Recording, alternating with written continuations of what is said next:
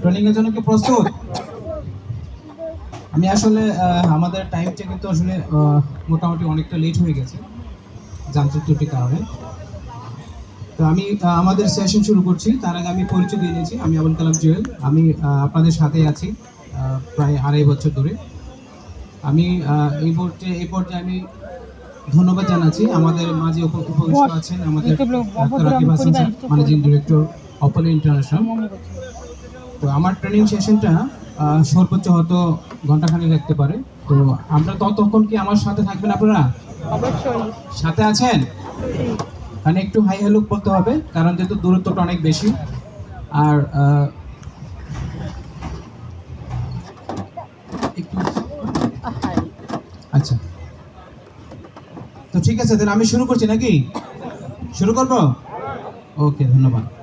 আচ্ছা, আজকে আমরা যে প্রোগ্রামে উপস্থিত হয়েছি সেটা হচ্ছে business seminar and business presentation. তাহলে আমরা প্রথমে একটু দেখে নিচ্ছি যে পরিচয় দিয়ে তো আগেই দিলাম। আসেন আমরা একটু, আচ্ছা স্লাইড কি দেখা যায়? স্লাইড কি দেখা যাচ্ছে? ওকে ওকে ওকে, তাহলে আমরা আজকে যেটা দেখছি সেটা হচ্ছে অপোলেন ইন্টারন্যাশনাল প্রাইভেট লিমিটেড। হ্যাঁ, এটার নাম অর্থ কি আমরা জানি সবাই? অপোলেন অর্থ কি? অপোলেন অর্থ হচ্ছে ঐশ্বর্যময়, হ্যাঁ, সমৃদ্ধশালী। তার মানে অপোলেন আমাদেরকে দুইটা বিষয়ে কি সমৃদ্ধশালী করছে। তার মানে আমরা দেখেন এখানে অপোলেন ইন্টারন্যাশনাল প্রাইভেট লিমিটেড, সে অপোলেন অর্থ হচ্ছে সমৃদ্ধশালী। সমৃদ্ধ বলতে আমরা দুইটা সমৃদ্ধ পাচ্ছি। একটা হচ্ছে আমরা স্বাস্থ্যগতভাবে সমৃদ্ধ পাচ্ছি, আর একটা হচ্ছে আমাদের পকেট ফুরাতে পারছি নাকি। অপোলেনে যারা কাজ করছি আমাকে ইনকাম হচ্ছে না? হচ্ছে হচ্ছে তাহলে আমরা অর্থনৈতিকভাবে আমরা স্বাবলম্বী হচ্ছি। তাহলে নামের মাহাত্ম্য আমরা পেয়েছি। তাহলে অপোল্যান্ড অর্থ হচ্ছে ঐশ্বর্যময় সমৃদ্ধশালী। তাহলে অপোল্যান্ড আমাদের দুইটা বিষয়কে সমৃদ্ধশালী করছে। সেটা হচ্ছে আমরা অপোল্যান্ডে কাজ করে, কাজের মাধ্যমে আমরা অর্থ উপার্জন করতে পারতেছি, আর একটা হচ্ছে আমাদের স্বাস্থ্যগতভাবে উন্নতি করতে পারছি। তাহলে অপোল্যান্ডের হেড অফিস কোথায় আপনারা জানেন? হেড অফিস কোথায়? ঢাকায়। হেড অফিস হচ্ছে রাজস্থান। হ্যাঁ, রাজস্থান জয়পুর ঝাড়খণ্ড, ওখানে হচ্ছে আমাদের হেড অফিসটা। ওকে, আর যে ডকুমেন্ট দেখতে পাচ্ছেন সেটা হচ্ছে আমাদের ইন্ডিয়ান যে ডকুমেন্টস আছে সেটা আমাদের ট্রেড লাইসেন্স যেটা বলেন, এবং ইনকর্পোরেশন। আমরা জানি যে কোনো ব্যবসা শুরু করার আগে সরকারি লাইসেন্স নিতে হয়। তাহলে এই ডকুমেন্টগুলো আমার এখানে আপনারা দেখতে পাচ্ছেন। পাশাপাশি সবচেয়ে গুরুত্বপূর্ণ বিষয় হচ্ছে আমাদের অনেকগুলো সার্টিফিকেট আছে, যেটা হচ্ছে এফডিএ সার্টিফিকেট। আমরা দেখতে পাচ্ছেন এফডিএ সার্টিফিকেট। আমরা জানি যে সকল মানুষ আমরা হার্বাল বলতে মানে আমরা গাছ গাছারে দেখলেই কিন্তু আমরা হার্বাল মনে করি।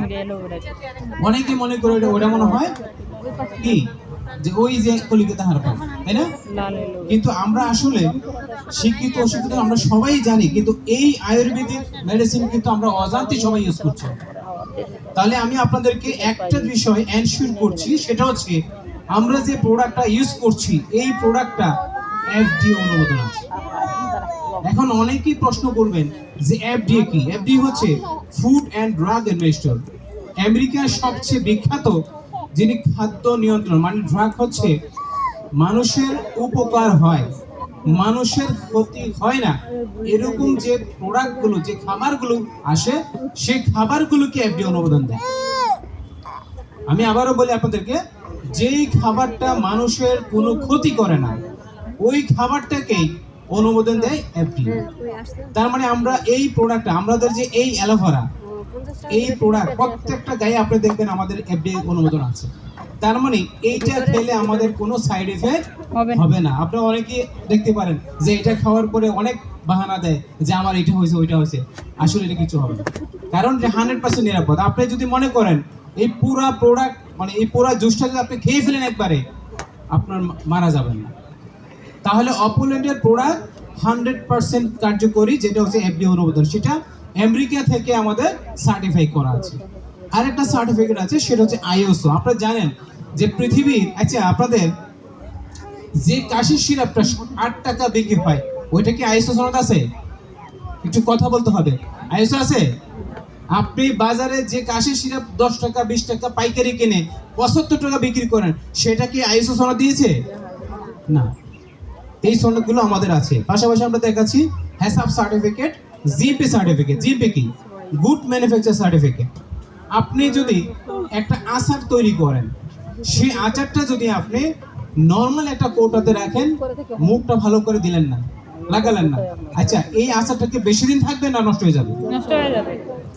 তার মানে আপনি এই যে দেখেন বোতলটা, পৃথিবীতে 7 ক্যাটাগরি প্লাস্টিক আছে, সেই প্লাস্টিকের মধ্যে এইটা একটা প্লাস্টিক যেটা মধ্যম পন্থী বলে।